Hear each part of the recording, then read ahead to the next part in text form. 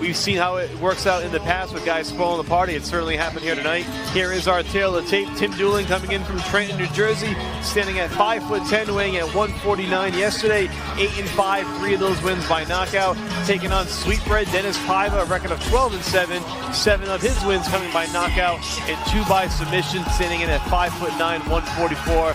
Fighting out of East Providence, Rhode Island, making his 20th appearance here at Twin River Casino. And guys, remember the last one, CES 57, an emotional win for Paiva. His coach, Matt Allen, his original coach, had passed away tragically, and he took all of that. You saw that energy, Tom, when he was in that cage that night. That emotion sometimes doesn't always work in your favor, but in that case that night definitely played to his advantage. We're going to see some of the highlights from Paiva from some of his most recent knockouts. If you think back to that night against Antonio Castillo, I thought, Tom, you see some of the highlights here. He just put it all together that night. Yeah, one of the best performances that we've seen from Dinis Paiva, who has had many great performances. Antonio Castillo Jr., the Mexican muscle, one of the toughest guys that we ever see in the CES cage, and Dinis Paiva took him out. And the big thing with that too, Tom, is, you know, Dinis was coming off of a long layoff. But I think the key to Dinis Paiva was he moved up in weight. If you saw Dinis Paiva, he missed weight against Tony Gurley in the 135 title fight, so he was unable to fight that night. Moving up in a weight class is a big thing. You can still see that he's very lean and he's big at this weight class. He cuts a lot of weight, and as he got older, I think this is the right fit for him. He's a lot healthier, and you saw how good he looked in his last fight. Definitely looks that way too, Greg. I agree wholeheartedly. We'll see what Paiva has in store for us tonight. We're going to send it up to our official cage announcer, Adam Palacio, for the introductions. This event is sanctioned by the Rhode Island Department of Business Regulation, Division of Gaming and Athletics Licensing. Elizabeth Tanner, Director. Pamela Toro, Associate Director. Christina Tobias, Gaming and Athletics Administrator. The Honorable Peter Timothy, Gaming and Athletics Licensing. Your referees tonight have been Steve Rita, Alan Lau. Judges, Sean Flanagan, Nick Mahmood, Paul Asmir, and Joe Feldman. Your physicians cage shine have been Dr. Peter de Blasio and Assistant Michael Redd. This is the Kudo Construction main event. The following fight is scheduled for 3 rounds in the featherweight division. Introducing first, fighting out of the blue corner, wearing the red trunks. He weighed in at 149 pounds. His pro record, 8 wins, 5 losses, with 3 victories by knockout and 2 by submission. Fighting out of Dante BJJ and hailing from Trenton, New Jersey, ladies and gentlemen, Tim Dooling.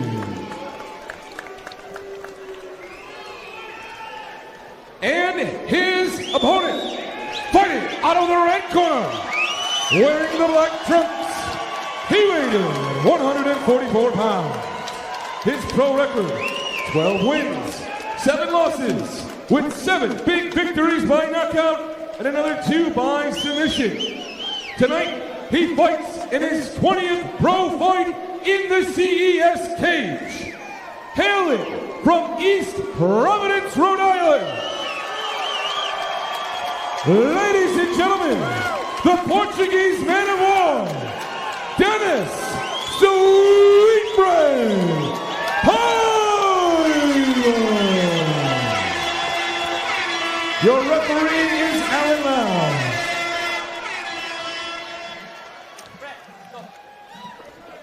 Hey, gentlemen, we're going over the rules in the locker room. No questions, let's go up. Go back to the corner, please. Let's go, Sweetbread. Welcome back to CES 59, live on UFC Fight Pass, live from Twin River Casino Hotel. Michael Parenti joined by Filthy Tom Lawler, Greg Ribs Rebello, the CES MMA Heavyweight World Champion, and we're in for a good one tonight, guys. Dinis is an excellent southpaw boxer. He uses a lot of different angles, a lot of feints, and he has very, very big power on that straight left hand. Paiva's done it all here with CES, making his 20th appearance in this cage, 20th appearance in this building. He's also boxed professionally in this building before. He's just done a little bit of everything. Dealing with a nice kick to the midsection to start things out. That was a great body kick. Lefty to righty, you're going to always see that. Both guys are going to have that body kick available. A lot of people seem to forget, too, Dinis was a state champion wrestler from Massachusetts, the kick and wrestling. And Paiva, as you mentioned, coming up in weight now, Greg, at a point in his career where he now sees that as a necessity. You did the same thing, too, right? Yeah, absolutely. As you get older, the weight cuts become a lot harder. And you can notice the difference in Dennis's power. As he dehydrates himself and he drains himself, obviously you're at a calorie deficit. You're just going to lose a lot of the power in the weeks leading up to the fight. Tom, we saw that in his last bout against the Mexican muscle Antonio Castillo, where we saw Paiva with that left hand that just put him down. And, just power that you don't always see. But, again, maybe that strength is a factor. Maybe that come up in weight is going to make a difference for him. Yeah, I was speaking to Dennis yesterday, and he was mentioning to me that he works 50 hours a week at his job. He works a part-time job. He trains full-time. When are you going to find time to recover and cut weight when you're doing all that? When you're living a full-time life and trying to fight full-time? Absolutely. Dennis is an animal, though. The kid wakes up at 4 a.m. and he's at the gym at 4 a.m. Yeah. And then he trains again after work 5 days a week. Well, if you can eat and you can recover, you can do that. Yep. When you're cutting weight and trying to get down to a weight that's unnatural, it's very tough. It's going to take its toll on you. And rest is crucial, as you know as well as I do, especially as you get up in age. Recovery and rest is so important. Tim Dooling, Dennis Paiva, our main event tonight at CES 59. Paiva in the black trunks, Dooling in the red and black. But you can see both guys trying to fight for foot position, but Dennis fights different as a lefty. He doesn't mind stepping towards the power because he doesn't mind slipping Dooling's right hand and then coming over the top. As you can see, he keeps stepping over towards his power. Dooling's a little short with these punches. Yep. His jab and his straight arm fully extended. And you can see Dennis is fully extended on his. Paiva with that nice straight left, preceded by the left hand. And he does a great job making distance and stepping backwards, pulling on Dooling's punches, making him miss. You mentioned him stepping into the power here, though. That's what allowed Dooling to hit that kick early on. That is the danger. Still trying to look for it. So the body kick's going to be there for Dooling if he does step to that side. And he's going to make it a lot harder. But you see Dennis feinting and faking a lot, taking steps back. Both fighters exchanging head kicks here midway through round one. You can move towards the power hand, as you're saying, but you have to take a little bit of a step back. You have to get out of the range. Mirko Krokop is one of the best fighters ever at doing that. He'd step out of the range and punch or kick and then fire back. In MMA and in kickboxing, the guy did it for 20 years and he's still doing it. You see Paiva move to that side, and that's actually what allowed him to land that hook over the top as they were moving. But as this fight goes on and as the pace slows down, you're going to see Dennis, he likes to level change that jab a lot. He'll go to the head, he'll go to the body and try to create openings for the defense. But Dooling's doing a great job mixing it up with these and kicks. That head kick's always a threat lefty to right. He's making it wild, too. It's unorthodox, it's unpredictable. Nice left hand there by Paiva, blocks the kick on the way out. I'm going to guess that Dooling's never been in a boring fight. No. Always action when Tim Dooling steps in that cage. But here goes Dennis with that jab, really trying to use his feints, fakes, and feet to connect with that jab.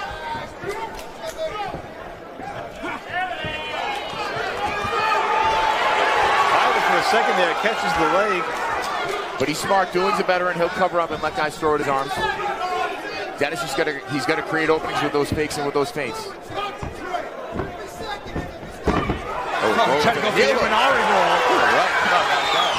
He got hit with some hammer fists. Yeah, Paiva stuffed it nicely. Then, like you said, Tom landed a couple of hammer fists on the way out. You see, when Dooling was getting up there, he threw a nice kick right to Paiva's knee to back him off before standing up. Creates distance and stops him from throwing any punches as he stood up there. Nice jab and a low kick. Good setup. So obviously Dooling seems like more of the kicker and Paiva's more of the boxer. I think Dooling's more of a wild man. Yeah, he is. No, but he's not scared to throw. He's going for the clinch. He's going for the Imanari roll. You can see him when Dennis gets in close. He's looking for that clinch and looking for that knee up the middle. Well, that's what Dooling promised, Tom, coming into this fight. A little bit of everything. Well, if you're Dooling and you see you're fighting a guy who's crisper, who's able to stay on the outside, that's what you have to do. Yep. You have to make it wild. Absolutely. That's his best bet. Round one of the books, guys. That was some tremendous back and forth there. And Greg, it kind of speaks to your point going into this fight about Paiva, the rehydration process, fighting at a more natural weight. He looks like he could go 10 rounds tonight. Absolutely, yeah. You see him. He's still fresh. Both guys are still fresh. Both guys obviously still in phenomenal shape. And as you saw the Dooling when he fought Bissett, going 3 rounds with Matt Bissett, I mean, that's such a high pace. I would expect no less. But Dennis Paiva is always in shape. He can always go 5-5 in a round, no problem. But that's a high-paced fight. That's a lot of punches thrown, a lot of kicks thrown. We've seen a lot so far in this first round. Take a look at the replay there. You saw Dooling going upstairs again, Greg, like you said, more of the kicker.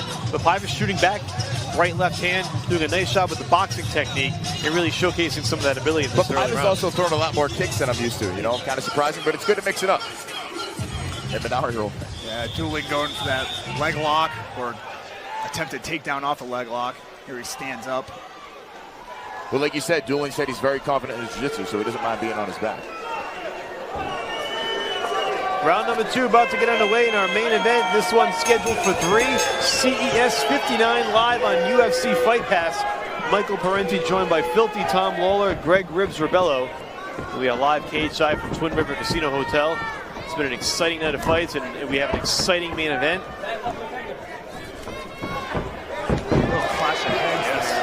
Paiva just tossing Dooling to the canvas. Dooling sneaking that punch over the top. But you can see Dooling's trying to really get Dinis to go backwards and try to walk him down.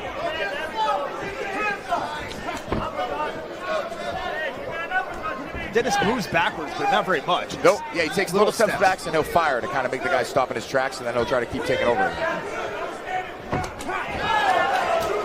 Dooling through that body kick. Fire back. Nice overhand right by Paiva. Over the top of his Punch is landing.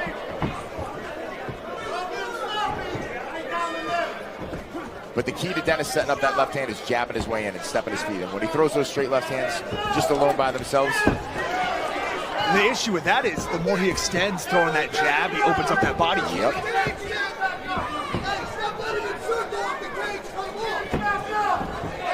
Especially the way he throws, he kind of leans forward, Yep.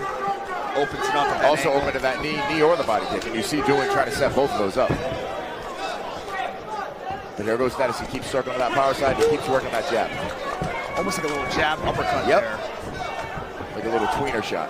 It sneaks up the middle. A lot of times with this orthodox versus unorthodox stance here, the lefty will have the advantage on the outside hand. So Dinis is going to try to use his right hand to get outside of Dooling's left, but he threw the punch up the middle, almost like a little uppercut or jab, and that sneaks inside at a different angle. Paiva really picking his spots effectively. Just over 3 minutes to go in round 2.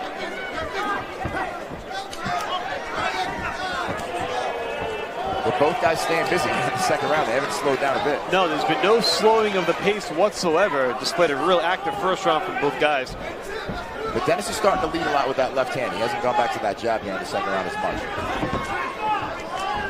Nice short punch there, followed by a kick.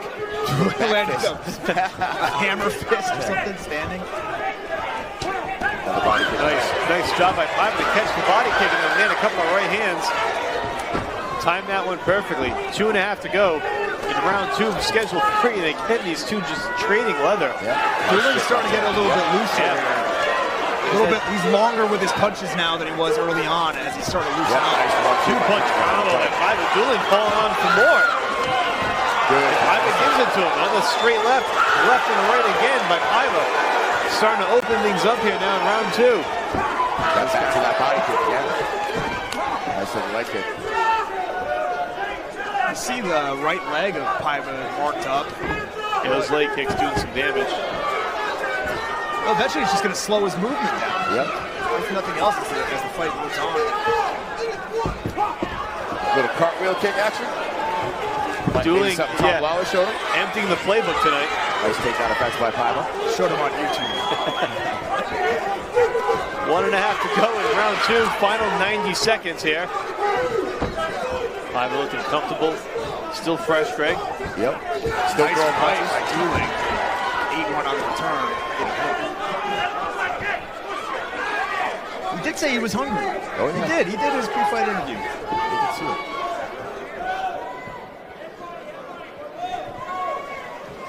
But see, as the pace starts to slow here and the guys aren't moving their feet as much, this is where you're going to see Dinis train. Usually he tries to set that jab up and make openings, but Dooling keeps throwing that body kick. It's very dangerous if you're going to sneak your head out to the left side if you're Dinis Paiva.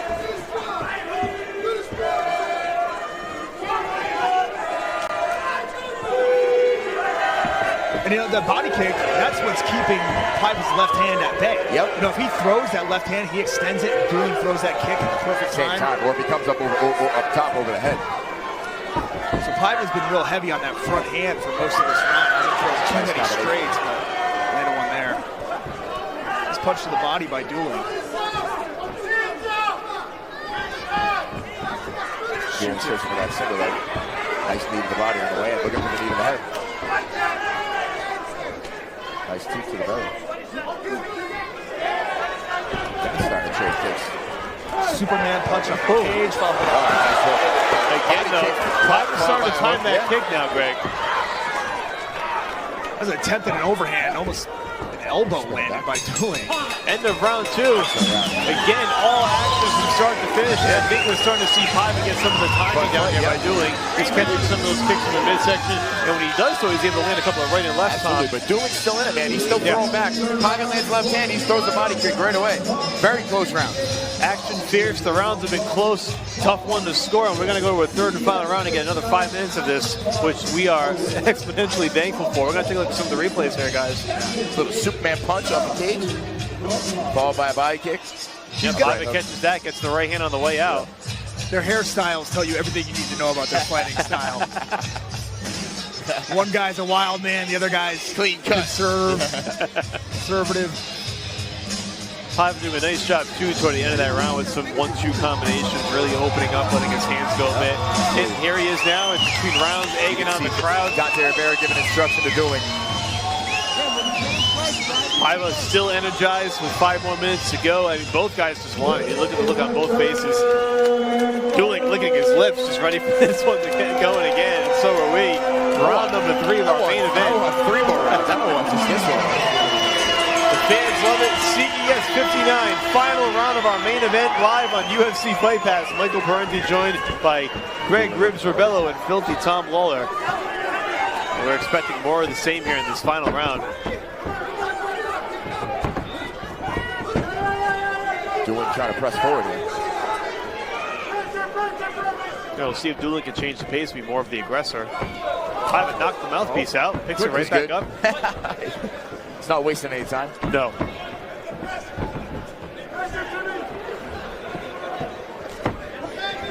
Nice quick right cross by Paiva. Nice combination finish with the leg kick by Dooling. Those are going to start to add up. Paiva sneaks a leg kick and down another one. That'll stop those. Paiva went back upstairs.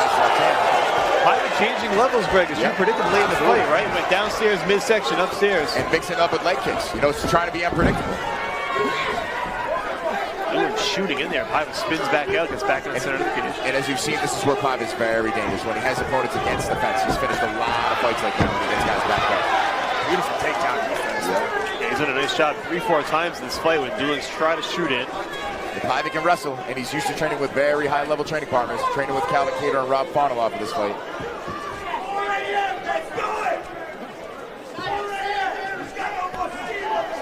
Nice jab.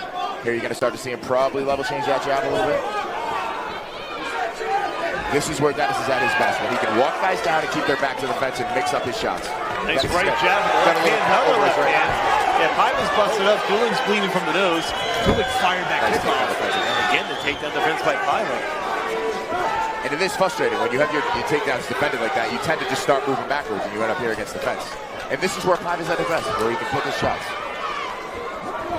And you see him, he's going to start to par out that left hand, and he's going to try to throw that lead uppercut. But Dooling keeps firing back. No matter what Dooling takes, he comes right back. Yeah, no matter what, whether it's a knee or a kick or a punch. That right eye is really pretty messed up on Dennis Paiva there. So thankfully for Paiva, it's the last round. That blood pouring onto the right eye. Dooling with that on the back fist attack. That hook. I'm not sure how good Paiva's eyesight is on that side at this point. So it's supposed to start to see through a little bit more. And it's tough knowing that he's cut. He might want to take a step to the right a little bit more for this round. Yeah. I'm sticking with the jab, followed by the left hand. Yep, there's that par out with the left hand. Go with the lead uppercut. Nice right hand by Dooling. Basically a boxing match with flawless blows. Yeah, as evident by the blood on both faces here in this third and final round. 2 minutes to go. It's been all action from the opening bell. As good as advertised between Dennis Paiva and Tim Dooling here at CES 59 live on UFC Fight Pass. I wasn't even excited between the rounds. Me too. The longest 60 seconds of your life waiting for that. Yeah, he's definitely getting tagged with those left hooks. He snapped Dooling's head back there. calls him to the center. A little touch of gloves. They're loving it. Great sportsmanship on both sides. Hey, these guys are having a blast. Yeah, they're enjoying it. Left hand now by Paiva. Backs up, tries to land another combination. Both guys smiling, walking through the punches. A little uppercut there by Paiva. Usually you're going to pay good money for pain and pleasure like this. So these guys are happy. Back to that body kick by Dooling. Back to the leg kick. Dennis fires his left hand as a counter. Dennis is staying right in that pocket. He's not pulling back as much as he was before. There he goes here. Even with the eye bleeding profusely, Paiva's still right there. Yeah, he's still up staying close and personal, not backing up whatsoever against Tim Dooling. That eye's really bad. It's really swelled up. Nice one, too. Yep, here he's starting to pull here. When he starts to pull, he has a lot of success stepping back in with that one, too. Nicely over the top. He's able to pull and keep that same distance and fire right back over the top. And he closes the distance very fast the way that goes. But Dooling's tough, man. He's taking some big shots, and he's still here. Oh, it's very reminiscent of the Bissett fight in Connecticut. Same thing. Dooling took some shots, kept going. Gave Bissett all he could handle. He's giving Paiva the same tonight. Final 30 seconds. I'm sure we get some fireworks here as the bell's about to sound. Both guys just leaving it all in the cage tonight, guys.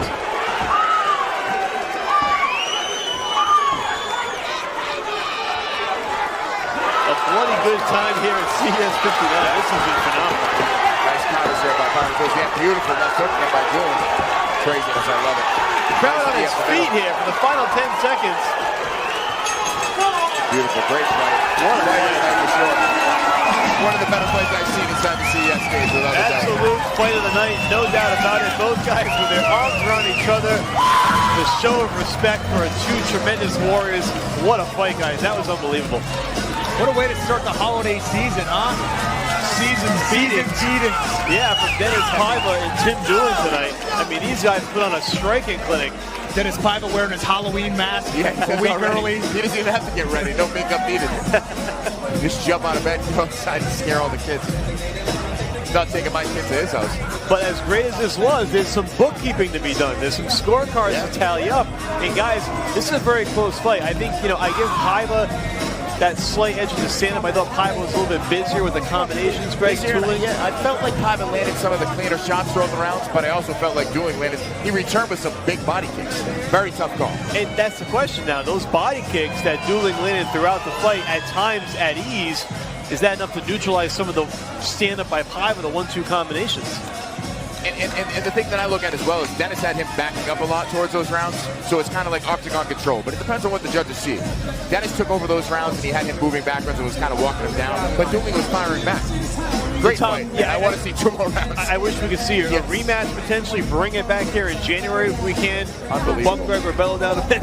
Can I give him my purse to get another round right now? I mean, I'll give him my purse in January if they I know put him Greg Rebello, you'd rather be the first fighter than anyway and get home, yeah, so I I like don't that. think you would actually mind that, but what a great fight tonight. And again, we're going to see what these scorecards have, how the judges scored it. We're going to send it up to Adam Palacio for the official word.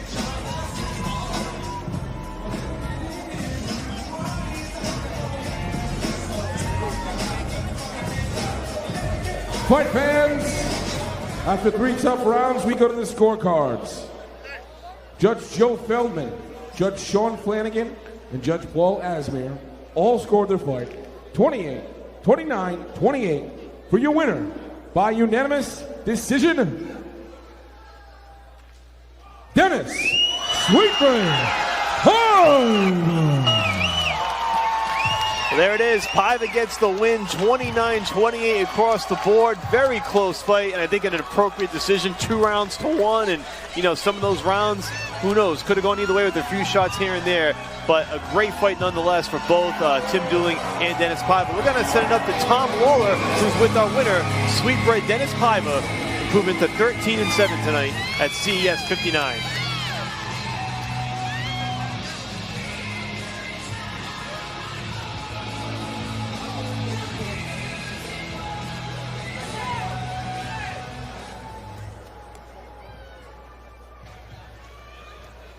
Ladies and gentlemen, I am here with your winner, Dennis Paiva. What a hell of a fight. Let's hear it for Dennis and Tim Dooling before he takes off. One more time.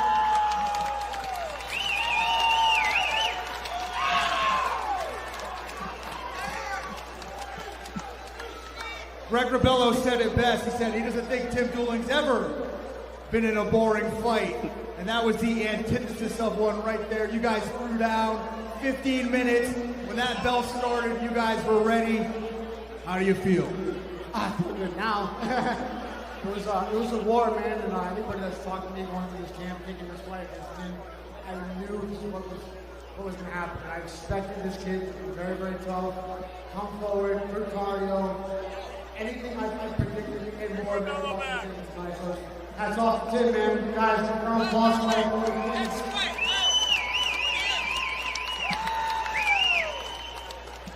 Now you may look right now like you walked out of a slasher film. Take a look at your face.